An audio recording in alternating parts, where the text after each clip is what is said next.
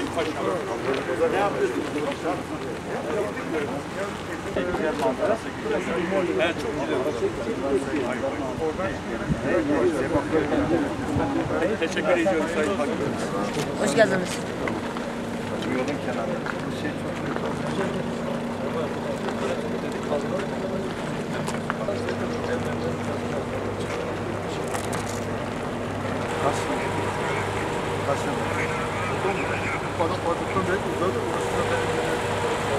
İlk defa burada asfaltım. Bundan sonrası bir elektriğe ihtiyacımız var. Elektriğe giden bir yol. Çok bir yerleşim alanımız da yok orada. Bir defa da tek şeyde burası. 6 metre genişliğinde 7 santim net kalır.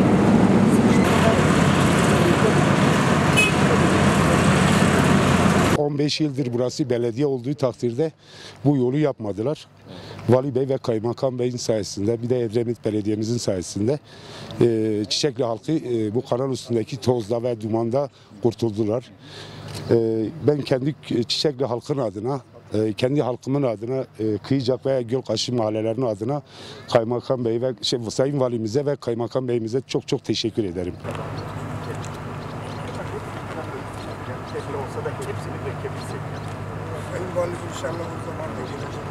Burada 3 köyümüzün yer alındığı kanal boyundaki yolun asfalt çalışması yapıyor Büyükşehir ekiplerimiz.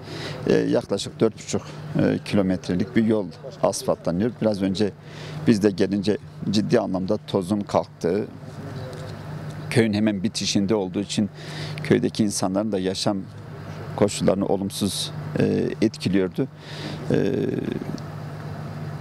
Edremit Belediye'mizin de destek ve katkılarıyla Büyükşehir Belediye'miz bu köylerimizin yolunu asfaltlıyor. İnşallah çocuklarımız da daha rahat köyün içinde gezip tozacaklar. Çünkü artık bu yoldan inşallah toz kalkmayacak. Emeği geçen Büyükşehir ekibimize, Edremit Belediye'mizin ekiplerine teşekkür ediyorum. Duyarlılıklarından dolayı da mahalle muhtarlarımıza da teşekkür ediyorum. Bizim temel görevimiz halkımıza hizmet etmektir. Ama talepler sonsuz, imkanlar kısıtlı. Bizim de görevimiz bu kıt imkanlarla bu sonsuz taleplerin karşılanmaya çalışılması, öncelik sıralaması yaparak ihtiyaçları gidermeye çalışıyoruz. Yani inşallah daha yaşanır bir Van için hep birlikte el ele verip daha güzel bir Van oluşturmaya çalışacağız. Bütün ağırlığımızı asfalt işine, çünkü asfalt sezonumuz kısa bir sezondur ve bütün ağırlığımızı asfalta verdik. Asfaltın bir kısmını ihale ettik ama bir kısmını da işçiliğini dışarıdan alıyoruz ama asfaltı kendimiz üretiyoruz. Buradaki asfaltta birebir kendi planta tesislerimizde ürettiğimiz asfaltı kullanıyoruz. Arkadaşlarımız çalışıyor, yüklenici firmalarımız da sağ olsunlar elinden gelen gayreti gösteriyorlar. Ben emeği geçen herkese teşekkür ediyorum. Asfaltımızın Çiçekli bölgesindeki 3 köyümüze de hayırlı olsun.